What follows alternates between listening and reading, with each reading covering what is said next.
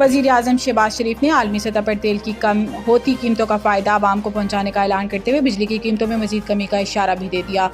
पीर को वज़ीर आज़म की ज़ेर सदारत मैरी टाइम सेक्टर में इस्लाहात से मुतालिक अहम इजलास हुआ, जिससे खिताब करते हुए वज़ीर आज़म शहबाज शरीफ ने कहा कि जैसे पहले तेल की कीमतों में कमी का फ़ायदा बिजली की कीमत कम करके दिया, इसी तरह इस वक्त जो बड़ी कमी आ रही है इसका फ़ायदा भी आवाम को पहुँचाएंगे। वज़ीर आज़म ने कहा कि मुख्तलिफ तजावीज़ पर सोच व विचार जारी है। बिजली की कीमतों में मज़ीद कमी के लिए इस्लाहात पर तवज्जो दी जा रही है। आने वाले महीनों में बेहतर नताइज निकलेंगे। इसके अलावा वज़ीर आज़म ने कहा कि तवानाई के शोबे में इस्लाहात से बिजली के नरखों में कमी मुमकिन है। मैरी टाइम सेक्टर में पायदार इस्लाहात के लिए टास्क फोर्स मुतहरिक है। समुद्री मईशत में जमूद के खात्मे के लिए इस्लाहात पर काम जारी है।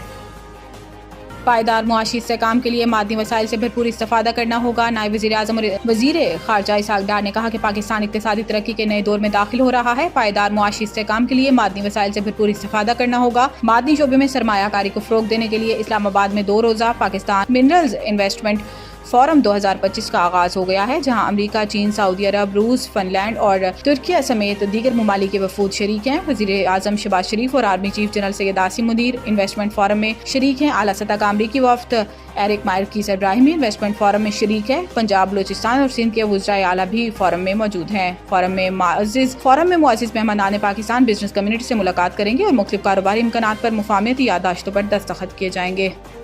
इस्टेब्लिशमेंट या दीगर जमातों से पीटीआई की बातचीत में सबसे बड़ी रुकावट इनका गालम गलोच ब्रिगेड है। राना सनाउल्लाह ने कहा कि बानी पीटीआई ने अपने लिए मसाइल खुद पैदा किए, हुकूमत ने नहीं। वो बिगाड़ पैदा करने और मुश्किलात बढ़ाने में खुद कफील हैं। इन्होंने कहा कि सोशल मीडिया पीटीआई के घर का चिराग था और इस घर को आग लग गई घर के चिराग से। इस्टेब्लिशमेंट या दीगर जमातों से पीटीआई की बातचीत में सबसे बड़ी रुकावट इनका गालम गलोच ब्रिगेड है। इनकी अपनी जमात में भी कोई ढंग की बात करे तो इनका गालम गलोच ब्रिगेड इसकी राह में भी रुकावट बन जाता है। इस ब्रिगेड के होते हुए हमें किसी अंदेशे की जरूरत नहीं। आजम सवाती ने जो बातचीत की कोशिश की वो भी इसलिए नाकाम हुई।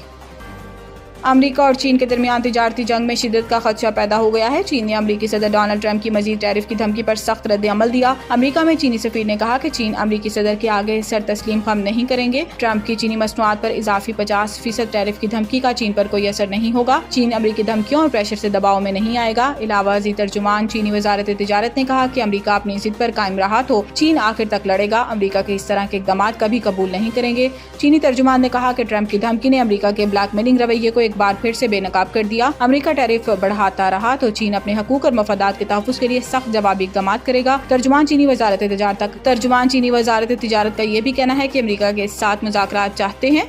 तिजारती जंग में कोई फ़ायदा नहीं था।